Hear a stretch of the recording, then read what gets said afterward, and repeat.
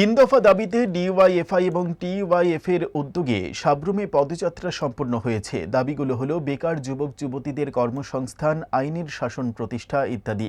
এই বিষয়ে যুব ফেডারেশনের রাজ্য কমিটির সম্পাদক নবারুণ দেব বলেন, ত্রিপুরা রাজ্যে বিজেপি আমলে বেকারদের কর্মসংস্থান হচ্ছে না, ইন্টারভিউ নিয়ে চাকরি ছাড়া হচ্ছে না, রাজ্যে আইনের শাসন নেই, অপরাধীরা ছাড় পেয়ে যাচ্ছে, রাজ্য নেশার সাগরে ভাসছে। এই কারণেই তাদের এই কর্মসূচি।